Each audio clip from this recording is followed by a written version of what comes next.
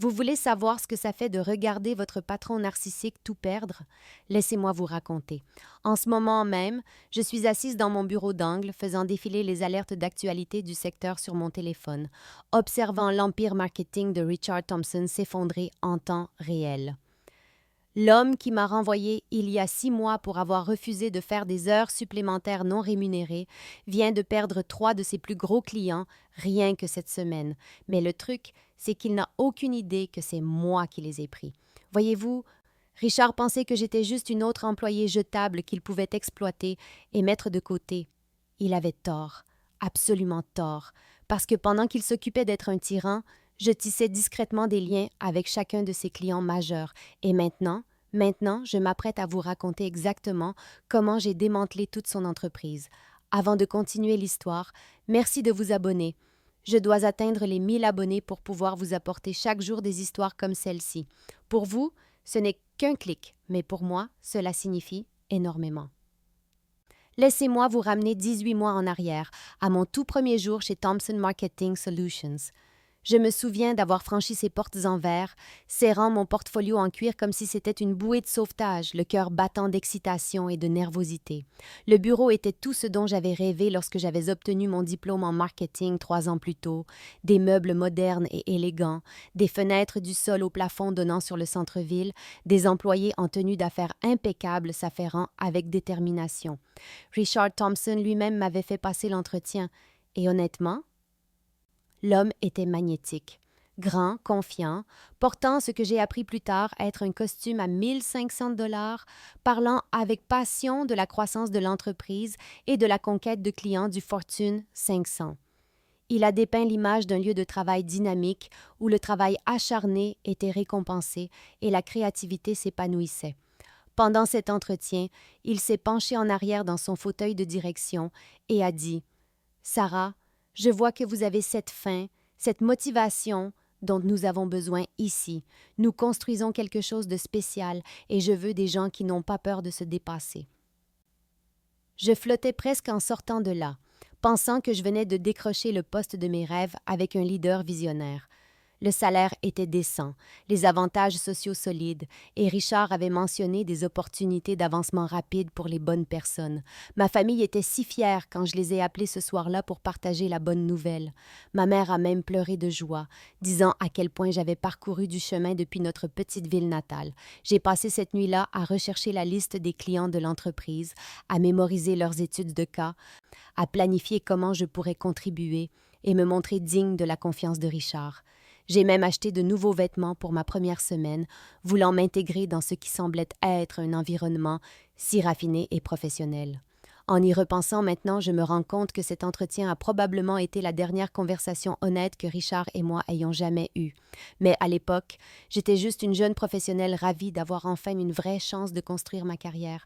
Je n'avais aucune idée que je marchais dans un piège déguisé en opportunité.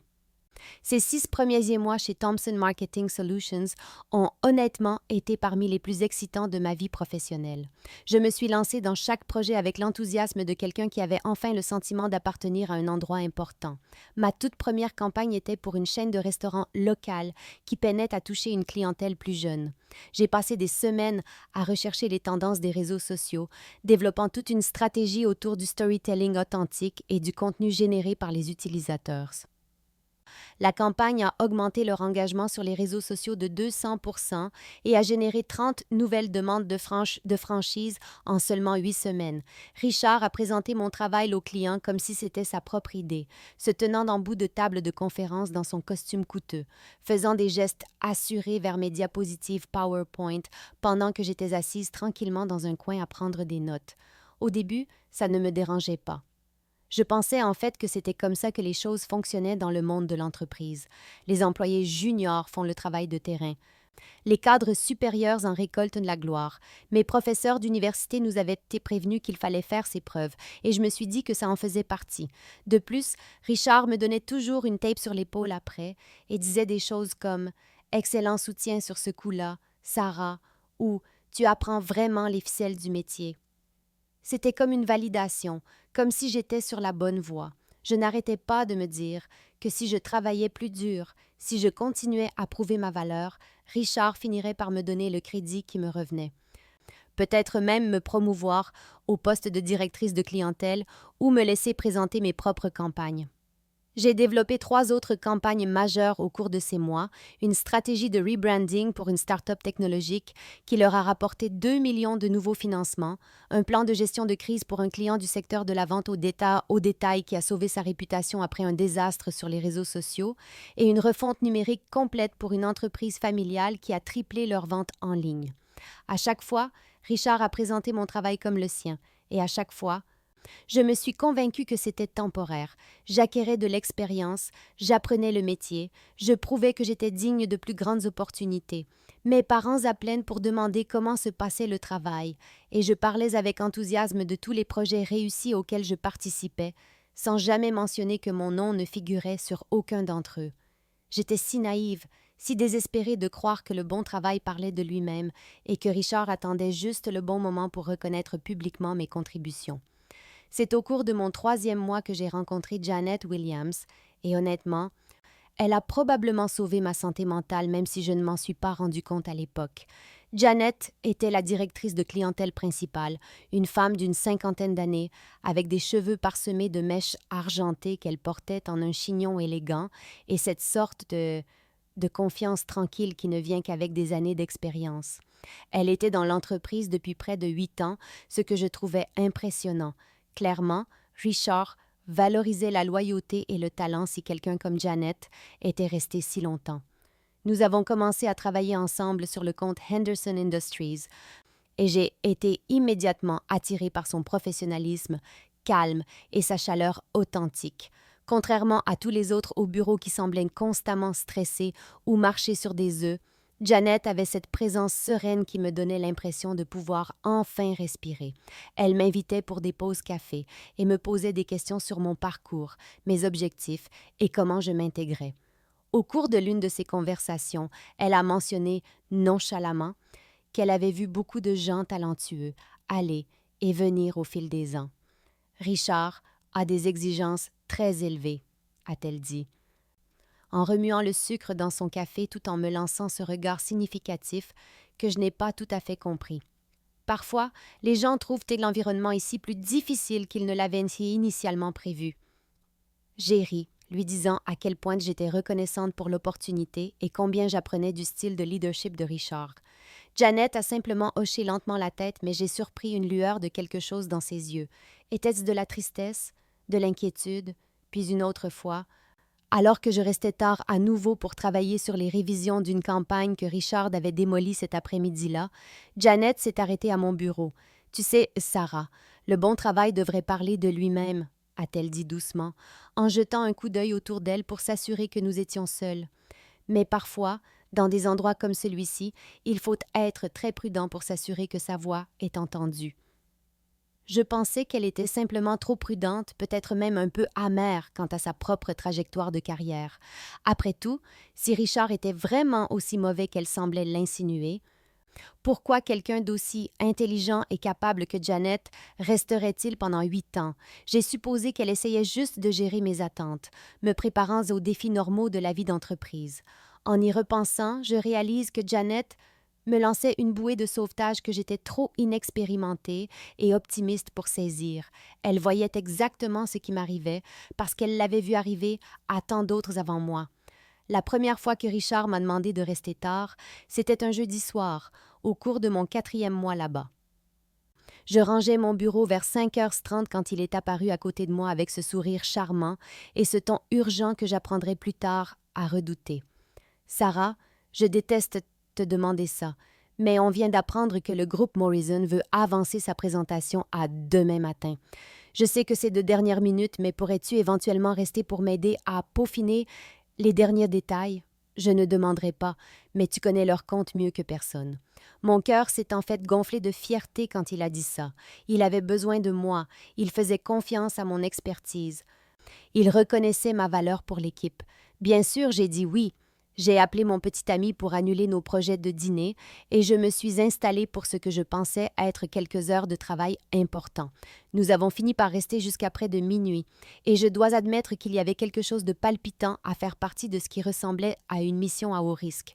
Richard a commandé une pizza, nous avons travaillé côte à côte pour affiner les diapositives et élaborer les points de discussion et quand nous avons finalement terminé, il m'a tapé sur l'épaule et a dit « C'est exactement le genre de dévouement qui te distingue. Sarah, le groupe Morrison va adorer ça. » Je suis rentrée chez moi épuisée mais pleine d'énergie, avec le sentiment de m'être vraiment prouvée en tant que joueuse d'équipe. La présentation a été un énorme succès le lendemain et Richard s'est assuré de mentionner mon soutien inestimable lorsque le client a complimenté le travail. C'était incroyable d'être reconnu, même de cette petite manière. Mais la semaine suivante, il y a eu une autre crise de dernière minute. Et la semaine d'après, une autre échéance urgente qui m'a obligée à rester après les heures normales. À chaque fois, c'est Richard approchait avec le même ton d'excuses. Je sais que c'est beaucoup demandé, mais... Et à chaque fois, je disais oui parce que je pensais que c'était ce que faisaient les professionnels ambitieux. Je pensais que c'était comme ça qu'on gravissait les échelons de l'entreprise. Rester tard est devenu rester pendant le dîner, puis rester jusqu'à 10 heures, puis rester jusqu'à minuit est devenu normal. Je n'ai jamais vu un seul centime d'heure supplémentaire, mais Richard avait toujours une explication prête. « Tu es salarié, pas payé à l'heure, disait-il, ou « pense à cela comme un investissement dans ton avenir ici. » J'étais tellement concentrée sur le fait de prouver ma valeur et de montrer mon engagement que j'ai complètement manqué le fait que j'étais systématiquement exploitée. Au 6e mois, ces nuits tardives avaient évolué en quelque chose de beaucoup plus sinistre. Richard a commencé à m'envoyer des emails à 11 heures du soir le dimanche avec des demandes urgentes pour des réunions le lundi matin. Quand je ne répondais pas immédiatement, il enchaînait avec des textos passifs-agressifs me demandant si j'étais engagée envers l'excellence ou si je devais réévaluer mes priorités. J'ai donc commencé à vérifier mes emails professionnels de manière obsessionnelle, pendant le dîner avec des amis, en regardant des films avec mon petit ami et même dès mon réveil à 6 heures du matin. Les demandes de travail le week-end étaient déguisées en opportunités. Sarah, le compte Wellington est notre plus gros poisson ce trimestre et ils sont disponibles pour une session de stratégie ce samedi. Je sais que c'est ton jour de congé, mais cela pourrait vraiment te faire remarquer ici. Comment pouvais-je refuser cela? Bientôt, je passais des samedis entiers au bureau, souvent seul, pendant que Richard profitait vraisemblablement de son week-end, mais m'envoyait toujours des notes de révision et de nouvelles directives par email. Le point de rupture aurait dû être quand j'ai réalisé que je faisais le travail de 3 personnes. Les campagnes marketing qui étaient autrefois gérées par des équipes étaient soudainement ma seule responsabilité. Quand j'ai mentionné que je me sentais dépassée, Richard disait des choses comme « C'est ce qui sépare les étoiles des employés moyens, ça. Sarah, je te donne ces opportunités parce que je vois ton potentiel. » Pendant ce temps, mes collègues ont commencé à me prendre à part avec des expressions inquiètes. Mike de la comptabilité m'a coincé près de la machine à café et a dit à voix basse « Écoute, Sarah, je t'aime bien, alors je vais te donner un conseil. Contente-toi de faire ce que Richard veut. Ne fais pas de vagues, ne te rebelle pas. Et surtout, ne te plains pas. Fais-moi confiance. » Lisa des RH a fait écho au même sentiment lors d'une rencontre fortuite dans le parking. J'ai vu ce qui arrive aux gens qui définent les attentes de Richard, a-t-elle chuchoté, jetant des regards nerveux autour d'elle. Ça ne se termine jamais bien. Fais profil bas et fais tout ce qu'il demande. Mais au lieu de voir ces avertissements comme des signaux d'alarme, je les ai interprétés comme la preuve que j'étais mise à l'épreuve, que Richard investissait une attention particulière dans mon développement parce qu'il voyait en moi un potentiel de leadership. Je me disais que les gens qui réussissent devaient faire des sacrifices, que cette intensité était temporaire, qu'une fois que je me serais rendue indispensable, les choses s'équilibreraient. Je travaillais des semaines de 70 heures, répondais à des emails à minuit et passais mes week-ends dans un bureau vide, tout en me convainquant que c'était simplement à cela que ressemblait l'avancement de carrière dans un secteur compétitif.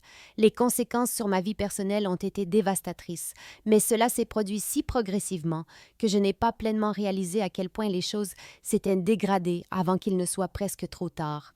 J'ai manqué la fête de fiançailles de ma sœur parce que Richard avait programmé un appel client, d'urgence, ce samedi après-midi. J'ai manqué l'anniversaire de mon neveu parce que je travaillais sur une présentation dont Richard connaissait l'existence depuis des semaines, mais qui était devenue urgente ce jour-là précisément. Mon petit ami David a commencé à faire des commentaires amers sur le fait que j'étais mariée à mon travail, et honnêtement, j'étais trop épuisée pour même me disputer avec lui.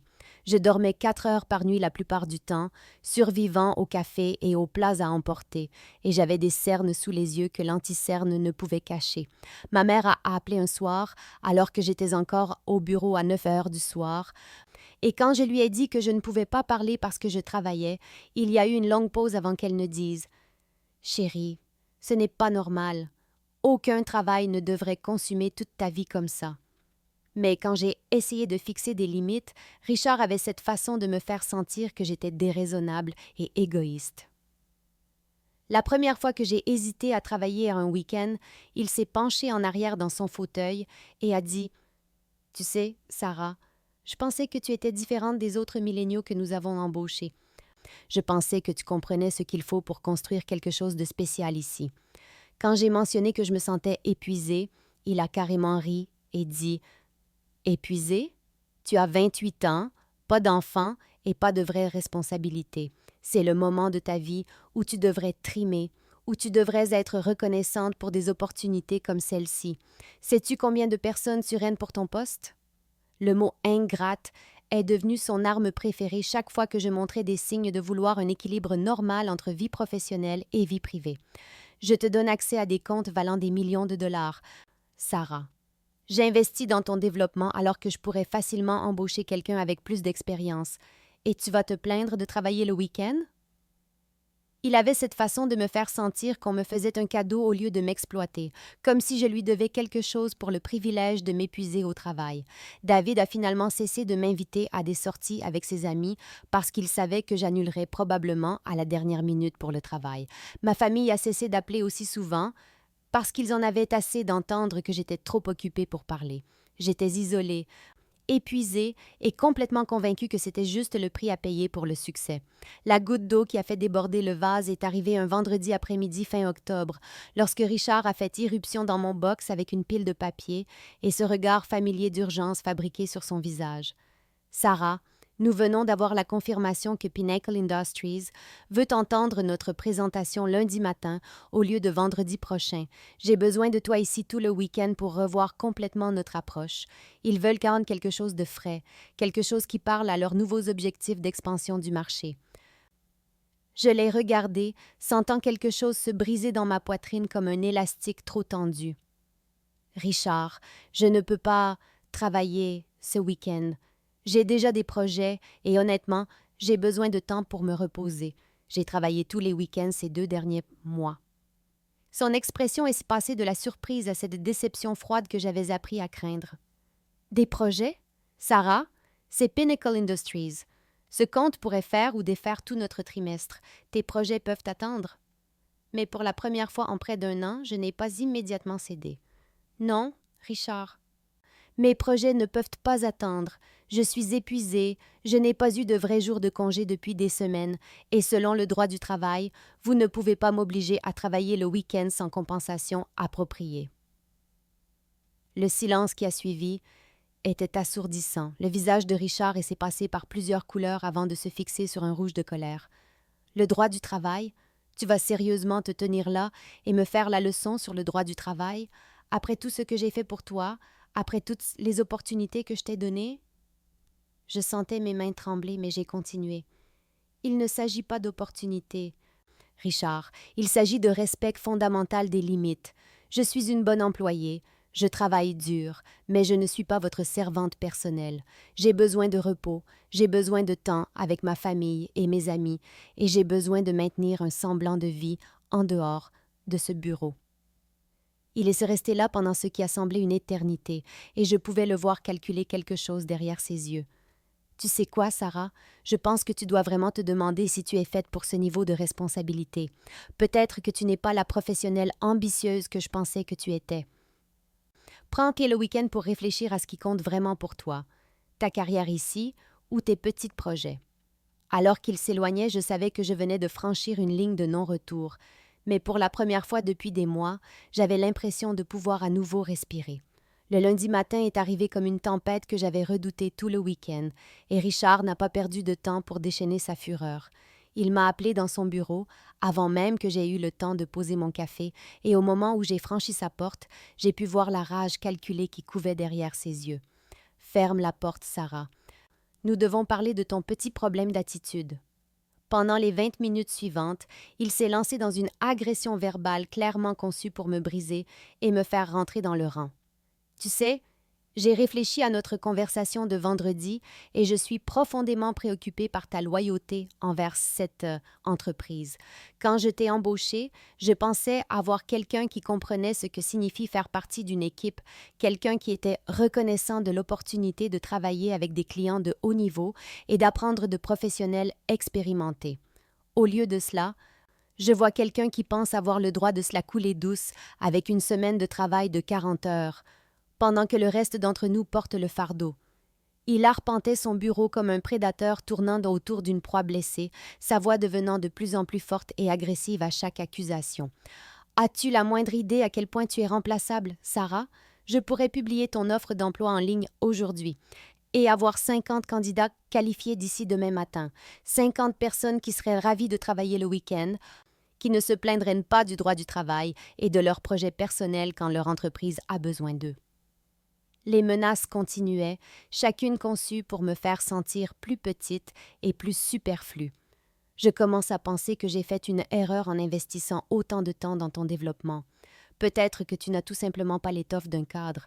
Peut-être que tu fais partie de ces gens qui sont destinés à rester au niveau débutant parce que tu n'as pas ce qu'il faut pour faire les sacrifices difficiles que le leadership exige. Mais quelque chose avait fondamentalement changé en moi au cours de ce week-end. Et même si mon cœur battait la chamade et que mes paumes étaient moites, je n'ai pas reculé. Je suis restée assise sur cette chaise, le regardant droit dans les yeux, et j'ai dit calmement « Richard, menacer la sécurité de mon emploi ne changera pas ma position sur ce sujet. Je suis une bonne employée qui mérite un respect de base et des limites de travail raisonnables. » La fureur qui a traversé son visage à ce moment-là m'a dit tout ce que j'avais besoin de savoir sur la façon dont cela allait se terminer, mais je me sentais étrangement en paix avec ma décision de finalement me défendre. Cet après-midi-là, Janet est apparue à mon bureau avec 2 tasses de café et un regard entendu, qui m'a immédiatement fait comprendre qu'elle avait eu vent de ma confrontation matinale avec Richard. « Viens marcher avec moi », a-t-elle dit doucement, et nous nous sommes dirigés vers la petite cour derrière notre immeuble où elle prenait souvent ses pauses déjeuner. « Sarah, j'ai entendu des voix s'élever du bureau de Richard ce matin, et je pense qu'il est temps que nous ayons une vraie conversation sur ce qui se passe ici. » Elle m'a tendu le café et s'est assise sur le banc à côté de moi, son expression plus sérieuse que je ne l'avais jamais vue. « Ce que Richard te fait, ce qu'il a fait ce matin, ce n'est pas normal, et ce n'est pas de ta faute. J'observe ce même schéma se répéter depuis 8 ans et j'espère toujours que quelqu'un finira par lui tenir tête comme tu l'as fait aujourd'hui. » Puis elle a commencé à me raconter des histoires qui m'ont glacé le sang. Il y a 3 ans, il y avait Marcus, un graphiste brillant qui a refusé de travailler le jour de Noël parce que sa femme subissait une opération. Richard l'a renvoyé la semaine suivante pour manque d'engagement envers l'équipe. Avant ça, c'était Elena, une coordinatrice de clientèle qui a osé demander un congé de maternité. Il lui a rendu la vie si misérable qu'elle a démissionné avant même la naissance de son bébé. La voix de Janet s'est alourdie de regret alors qu'elle continuait. L'année dernière, c'était Tom du département créatif. Il était ici depuis 5 ans, n'avait jamais manqué une échéance, mais quand il a refusé de travailler pendant le week-end des funérailles de son père, Richard a commencé à documenter chaque petite erreur jusqu'à ce qu'il en ait assez pour justifier un licenciement. J'ai eu la nausée, non seulement à cause des histoires, mais aussi en réalisant que j'avais été témoin des signes de ce schéma pendant des mois sans les reconnaître. « Mais Janet, pourquoi n'es-tu pas partie? Pourquoi restes-tu à regarder cela se produire encore et encore? » Elle a soupiré profondément, paraissant plus âgée que ses 52 ans. « Parce que quelqu'un doit être là pour avertir les gens, comme toi, pour documenter ce qui se passe réellement, et honnêtement, parce que je suis proche de la retraite et que je ne peux pas me permettre de recommencer ailleurs. Mais tu es jeune, Sarah. Tu es talentueuse et tu as des options que je n'ai pas. Alors que nous retournions dans le bâtiment, Janet m'a serré doucement le bras. Quoi qu'il arrive ensuite, souviens-toi que tu n'es pas folle, que tu n'es pas ingrate et que tu n'es certainement pas seule. Richard crée ses propres problèmes en épuisant les bonnes personnes, et un jour, ça va le rattraper. Mardi matin est arrivé avec un email de mauvais augure de l'assistante de Richard me demandant de me présenter à son bureau à 9 heures précises, et quand j'ai franchi cette porte et vu Linda des RH assise raidement dans un coin avec un dossier Manil sur ses genoux, j'ai su exactement ce qui allait se passer. Richard n'a même pas levé les yeux de son ordinateur pendant les 30 premières secondes, une manœuvre de pouvoir conçue pour me mettre mal à l'aise, avant de finalement se tourner vers moi avec l'expression la plus froide que j'ai jamais vue sur son visage. Sarah, après mûre réflexion et consultation avec les ressources humaines, nous avons décidé que votre emploi chez Thomson Marketing Solutions prendrait fin avec effet immédiat. Linda a ouvert son dossier et a commencé à lire ce qui était clairement un script soigneusement préparé, sa voix monotone et professionnelle. Les raisons de la cessation d'emploi incluent une attitude négative persistante envers les attentes de l'entreprise, un manque de volonté de collaborer en tant que joueuse d'équipe et un manquement aux normes d'engagement requises pour votre poste. J'ai failli rire de l'absurdité de tout cela. Après des mois à travailler des semaines de 70 heures, à manquer des événements familiaux et à sacrifier ma santé pour cette entreprise, il me renvoyait pour avoir une mauvaise attitude parce que j'avais finalement défendu les droits fondamentaux des travailleurs. Richard s'est penché en arrière dans son fauteuil avec un sourire satisfait, pendant que Linda continuait à lire leurs justifications fabriquées, hochant parfois la tête comme si ces mensonges étaient des vérités douloureuses qu'il avait acceptées à contre-cœur. Votre accès au système de l'entreprise a été révoqué et la sécurité vous escortera pour récupérer uniquement vos effets personnels à votre bureau. Vous devrez rendre votre ordinateur portable d'entreprise, vos cartes d'accès et tout matériel lié au compte client immédiatement. L'escorte de sécurité a été la partie la plus humiliante. Traverser le bureau que j'avais considéré comme ma maison pendant près d'1 an, pendant que mes anciens collègues regardaient avec un mélange de sympathie et de soulagement que ce ne soit pas eux. Je n'ai pas eu le droit de dire au revoir à Janet. Je n'ai pas été autorisée à prendre les quelques témoignages de clients que j'avais imprimés et gardés dans le tiroir de mon bureau. Et j'ai dû rendre la tasse à café que ma sœur m'avait offerte parce qu'elle pourrait contenir des informations exclusives. Alors que je franchissais ces portes en verre pour la dernière fois, ne portant que mon sac à main et la petite plante succulente de mon rebord de fenêtre, Richard m'a interpellée depuis le seuil de son bureau avec une fausse inquiétude. « Sarah, j'espère vraiment que tu prendras cela comme une expérience d'apprentissage sur ce qu'il faut vraiment pour réussir dans un environnement professionnel. » Je ne me suis pas retournée, mais je savais que cette expression suffisante sur son visage alimenterait ma détermination pour tout ce qui allait suivre. La première semaine après avoir été renvoyée a été la période la plus sombre de ma vie d'adulte, et je ne suis pas dramatique en disant cela. J'ai passé les 2 premiers jours dans mon appartement en pyjama, pleurant par intermittence tout en vérifiant obsessionnellement mon compte en banque et en calculant combien de temps mes économies dureraient. La partie rationnelle de mon cerveau n'arrêtait pas de me dire que Richard était clairement un patron abusif et que j'avais bien fait de me défendre, mais la voix plus forte et plus insidieuse dans ma tête n'arrêtait pas de murmurer que j'étais peut-être vraiment ingrate, que je n'avais peut-être pas ce qu'il fallait pour réussir dans un secteur compétitif, que j'avais peut-être gâché un bon travail pour quelque chose d'aussi trivial que de travailler le week-end. Ma mère appelait tous les jours avec des discours d'encouragement sur sa fierté que j'ai tenu tête à un tyran, et David m'apportait de la glace et me rappelait que j'étais la personne la plus talentueuse qu'ils connaissent. Mais leur soutien me faisait en quelque sorte me sentir pire, parce que je ne pouvais pas me défaire du sentiment d'avoir déçu tout le monde. J'ai commencé à remettre en question chaque décision que j'avais prise chez Thomson Marketing, me demandant si j'aurais dû simplement me taire et jouer le jeu des exigences de Richard jusqu'à ce que je trouve quelque chose de mieux. Le marché du travail semblait terrifiant depuis ma position de chômage soudain. Chaque annonce semblait exiger plus d'expérience que je n'en avais, et je n'arrêtais pas d'imaginer de futurs employeurs appelant Richard pour des références et entendant parler de ma mauvaise attitude et de mon manque d'engagement envers l'équipe. Ma sœur a conduit 3 heures pour passer le week-end avec moi, et quand elle m'a trouvé en train de pleurer devant un bol de céréales à 2 heures de l'après-midi, elle s'est assise et a dit « Sarah, tu me fais peur.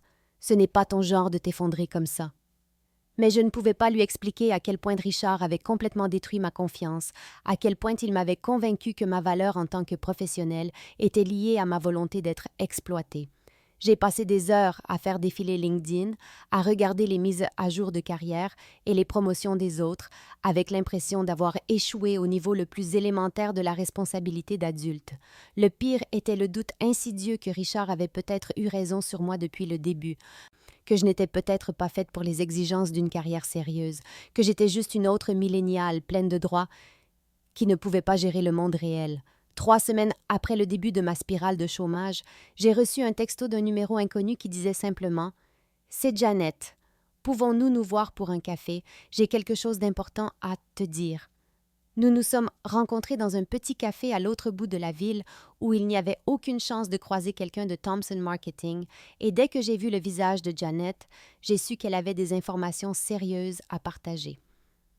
Elle a attendu que nous soyons assises dans une banquette d'angle avant de se pencher en avant et de parler à peine au-dessus d'un murmure. « Sarah, ce que je vais te dire pourrait me faire renvoyer si Richard l'apprenait un jour, mais je ne peux pas te regarder te détruire à cause de ce travail, alors que tu dois savoir la vérité sur ce qui se passe depuis que tu es partie. » Elle a jeté un regard nerveux autour d'elle avant de continuer, et je pouvais voir que le poids de garder ce secret l'avait rongée. Richard est en mode panique totale. Il travaille à des journées de 18 heures en essayant de gérer les comptes que tu gérais. Et honnêtement, il échoue lamentablement. La présentation du groupe Morrison qu'il insistait pour être si urgente, il l'a complètement ratée sans tes idées et ton travail de stratégie. Mais ensuite, Janet a lâché la bombe qui a tout changé. Voici ce que Richard ne veut pas que quiconque sache. 3 de nos plus gros clients ont spécifiquement demandé où tu étais passé et quand tu serais de retour. Le compte de Pinnacle Industries qui a causé toute ta confrontation, leur directrice marketing a appelé hier pour savoir si tu étais toujours disponible pour consulter sur leur projet d'expansion, car ils étaient tellement impressionnés par tes recherches préliminaires. J'ai senti quelque chose bouger dans ma poitrine, une petite étincelle d'espoir que j'avais réprimée pendant des semaines. Henderson Industries a tellement aimé travailler avec toi qu'ils ont repoussé toutes les stratégies que Richard présente, disant qu'elles n'ont pas la même approche innovante à laquelle ils s'attendaient de la part de Thompson Marketing. Et le groupe Wellington, ils ont carrément demandé s'ils pouvaient travailler directement avec toi au lieu de passer par Richard. Janet a tendu la main sur la table et m'a serré la mienne. « Sarah, tu n'étais pas seulement d'une bonne employée, tu étais le cœur de la production créative de cette entreprise. Richard t'a renvoyé parce qu'il se sentait menacé par ton talent, pas parce que tu en manquais. Ses clients ne demandent pas Richard. Ils te demandent spécifiquement, et il est terrifié qu'il découvre qu'il s'attribuait le mérite de ton travail depuis le début. Ce soir-là, je suis rentrée chez moi et j'ai fait quelque chose que je n'avais pas pu affronter depuis mon licenciement. J'ai ouvert mon ordinateur portable et j'ai commencé à parcourir mon portfolio personnel, en regardant vraiment le travail que j'avais créé au cours de ces 18 mois. Ce que j'ai vu m'a choquée, car pour la première fois, je ne voyais pas mes réalisations à travers le prisme de la manipulation et du gaslighting de Richard. La campagne du groupe Morrison qui a augmenté leur engagement de 200%, c'était mes recherches, ma stratégie, ma vision créative, le rebranding de la start-up technologique qui les a aidés à obtenir 2 millions de financements. J'avais passé des semaines à développer cette histoire de marque, à mener des analyses de marché et à élaborer le positionnement qui a trouvé un écho auprès des investisseurs. Le plan de gestion de crise qui a sauvé la réputation du client du commerce de détail. J'avais travaillé toute la nuit à développer des stratégies de communication et à coordonner avec leur équipe de relations publiques pour mettre en œuvre un contrôle des dommages qui a réellement fonctionné. En parcourant campagne après campagne, un schéma est devenu limpide. Je n'avais pas seulement exécuté les idées de Richard, j'avais été l'architecte des stratégies les plus réussies de Thomson Marketing. Plus important encore, j'ai réalisé que j'avais tissé de véritables relations avec ses clients pendant tout ce temps. La directrice marketing de Pinnacle Industries connaissait mon nom non pas parce que Richard m'avait présenté, mais parce que j'avais passé des heures au téléphone avec elle, à comprendre ses défis et à développer des solutions qui répondaient à ses besoins spécifiques. Henderson Industries faisait confiance à mes recommandations parce que j'avais pris le temps d'apprendre leur secteur de fond en comble, en recherchant leurs concurrents et en identifiant des opportunités que personne d'autre n'avait vues. Pour la première fois depuis des semaines, j'ai ressenti cette étincelle d'excitation familière qui m'avait attirée vers le marketing au départ. Ces clients ne demandaient pas Thomson Marketing Solutions, ils demandaient Sarah Mitchell et ils ne réalisaient même pas que je n'étais plus liée à l'entreprise de Richard. C'est là que l'idée m'a frappée comme un éclair. Et si je n'avais pas à trouver un autre travail pour quelqu'un d'autre? Et si je pouvais offrir à ces clients exactement ce qu'ils voulaient, mais à mes propres conditions? J'ai commencé à rechercher ce qu'il fallait pour créer un cabinet de conseil en marketing, en me renseignant sur les licences commerciales, l'assurance responsabilité civile et les contrats clients. Plus je lisais, plus cela semblait réalisable. J'avais les compétences, j'avais l'expérience et apparemment, j'avais déjà des clients potentiels qui voulaient spécifiquement travailler avec moi. Pour la première fois depuis mon licenciement, je me sentais puissante au lieu d'être impuissante. Au cours des 2 semaines suivantes, je me suis plongée dans la recherche commerciale avec la même intensité que celle que j'avais autrefois réservée au délai impossible de Richard. Sauf que cette fois, je travaillais pour moi-même et c'était complètement différent. J'ai passé des heures à lire des articles sur la création d'une entreprise de conseil, à regarder des vidéos YouTube sur les contrats clients et à rechercher les exigences légales pour créer une société à responsabilité limitée, LLC, dans mon État. La paperasse était intimidante au début, mais chaque formulaire que je remplissais était comme un pas de plus vers la liberté des patrons toxiques et de l'exploitation. Puis j'ai commencé à contacter d'anciens employés de Thomson Marketing, des personnes qui étaient parties au fil des ans, et ce que j'ai découvert était à la fois choquant et incroyablement validant. Marcus, le graphiste qui avait été renvoyé pour avoir refusé de travailler le jour de Noël, avait lancé sa propre entreprise en freelance et prospérait. Elena, qui avait démissionné pendant sa grossesse, dirigeait maintenant une agence de médias sociaux à succès depuis chez elle. Tom du service créatif avait décroché un poste de direction dans une entreprise respectée où il avait été promu au mérite plutôt que pour sa volonté d'être maltraité. Mais la conversation la plus intéressante a été avec Amanda, qui avait quitté Thomson Marketing 6 mois avant mon embauche. « Sarah, je suis si contente que tu m'aies contactée, » a-t-elle dit lors de notre rencontre autour d'un café. Je me demandais quand quelqu'un allait enfin faire tomber Richard. Cet homme est en train de ruiner son entreprise avec son ego et son terrible style de management.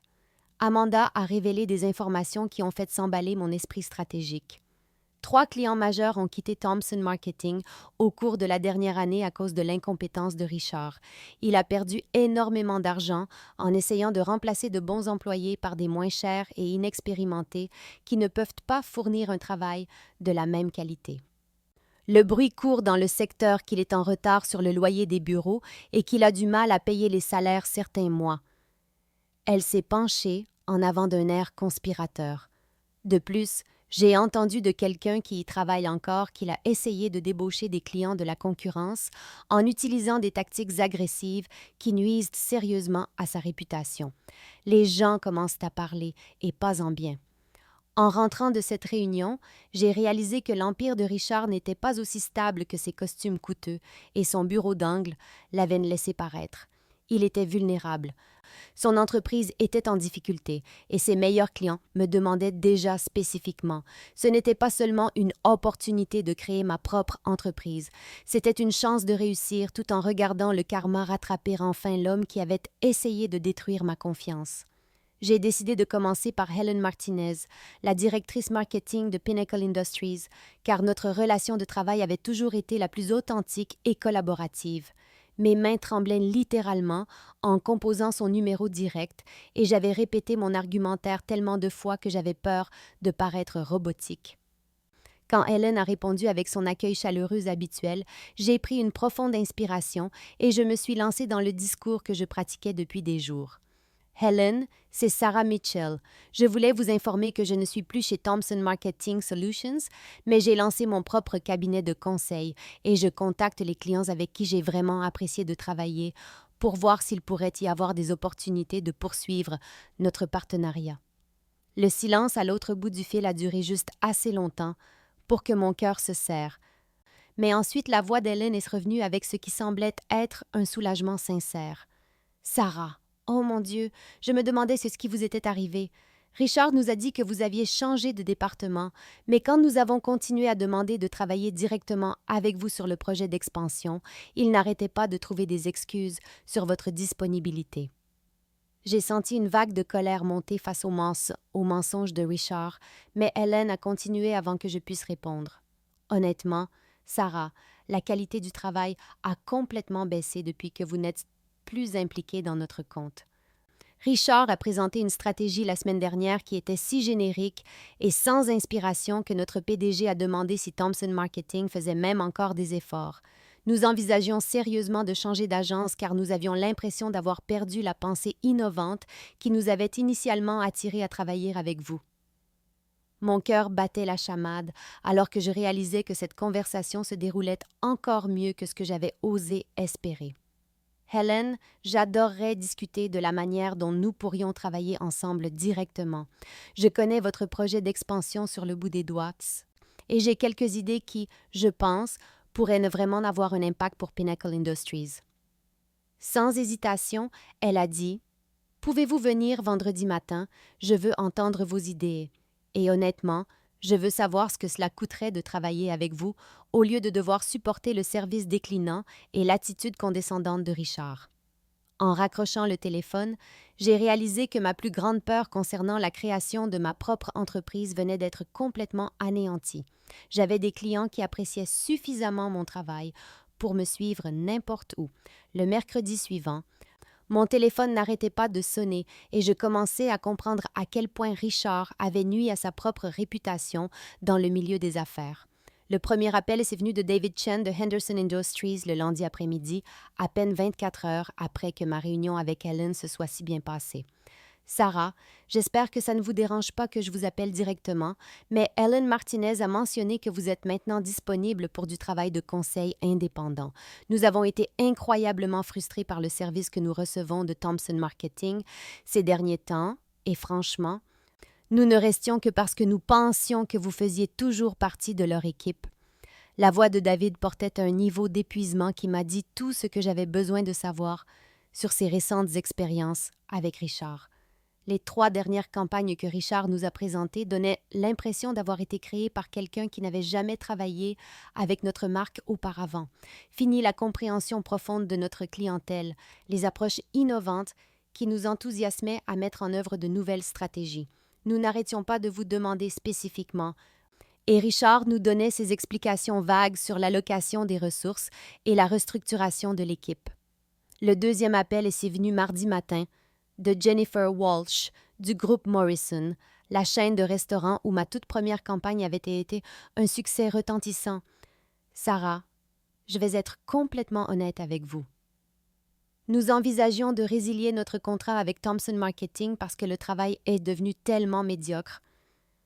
Quand nous avons appris par Helen Martinez que vous étiez disponible de manière indépendante, nous savions que nous devions vous contacter immédiatement. Mais le 3e appel avait été le plus satisfaisant, car il venait de Robert Kim du groupe Wellington, le compte que Richard avait insisté à être si crucial qu'il justifiait de détruire mon équilibre vie professionnelle, vie privée. Sarah, je ne sais pas ce qui s'est passé entre vous et Richard Thomson, mais quoi que ce soit, ça a été un désastre pour nous en tant que clients.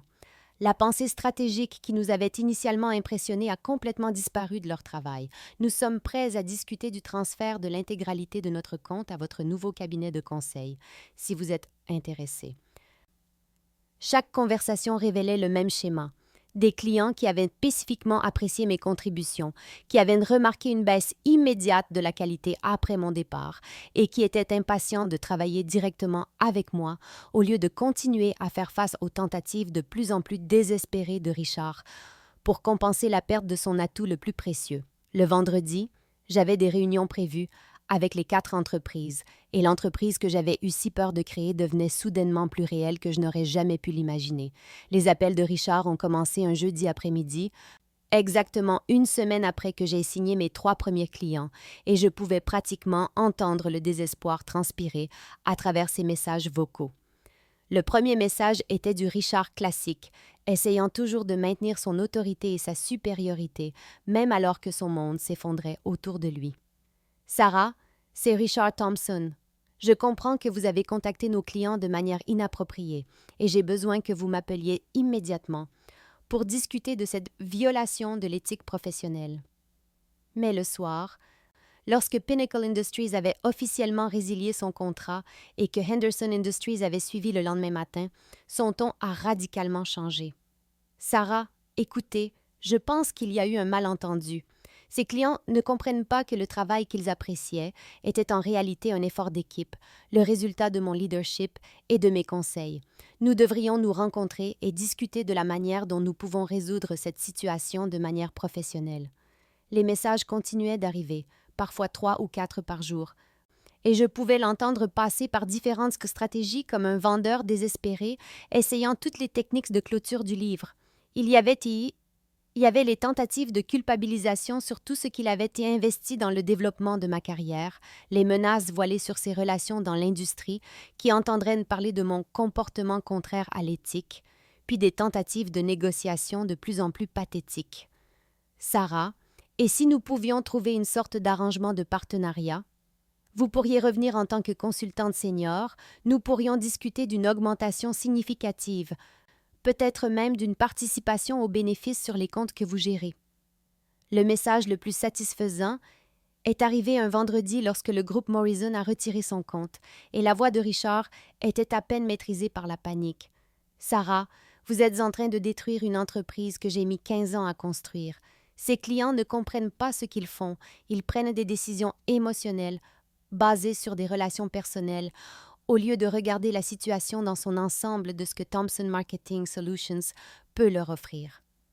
Je n'ai jamais retourné un seul appel, jamais répondu à un seul texto, jamais reconnu son existence de quelque manière que ce soit.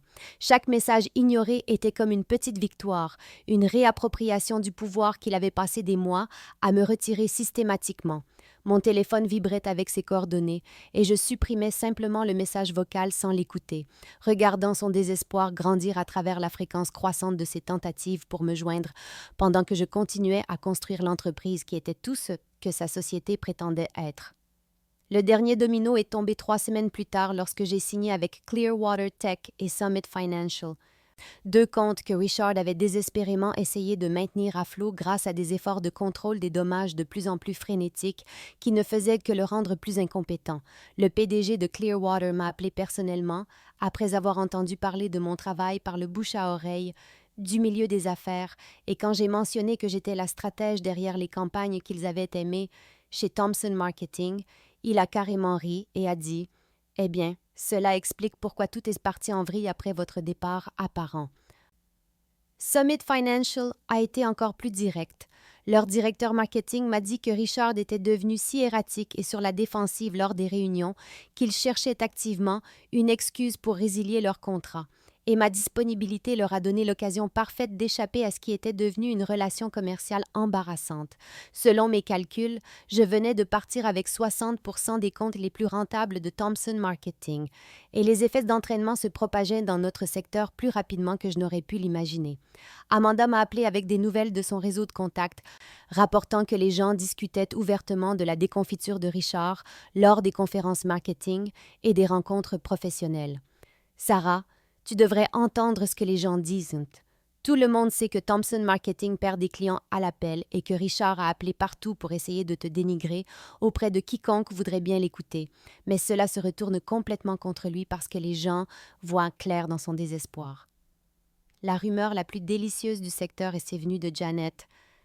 qui m'a envoyé un texto pour me dire que Richard avait été contraint de licencier la moitié de son personnel restant parce qu'il ne pouvait pas payer les salaires et que le propriétaire des bureaux avait affiché un avis d'expulsion sur leur porte d'entrée pour 3 mois de loyer impayés.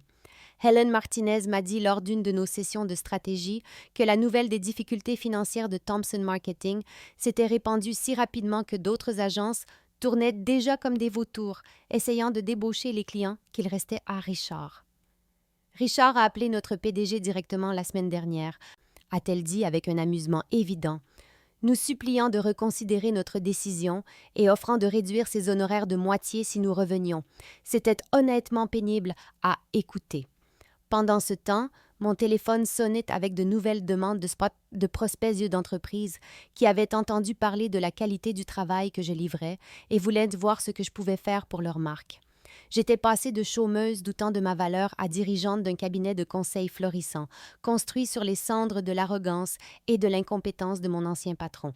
6 mois plus tard, je suis assise dans mon bureau à domicile qui surplombe la ville, dirigeant une entreprise de conseil qui génère plus de revenus en 1 mois que ce que je gagnais en 6 mois en travaillant pour Richard, et je peux honnêtement dire que me faire renvoyer a été la meilleure chose qui soit arrivée à ma carrière.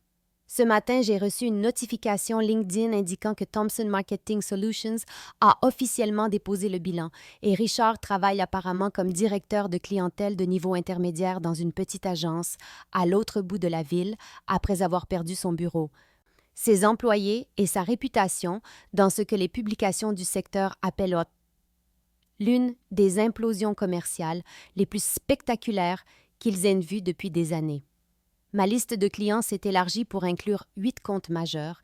J'ai embauché 2 consultants juniors que je traite avec le respect et l'appréciation que je n'ai jamais reçue, et je me réveille chaque matin excitée par le travail que je fais, au lieu de redouter une autre journée d'exploitation et de manipulation.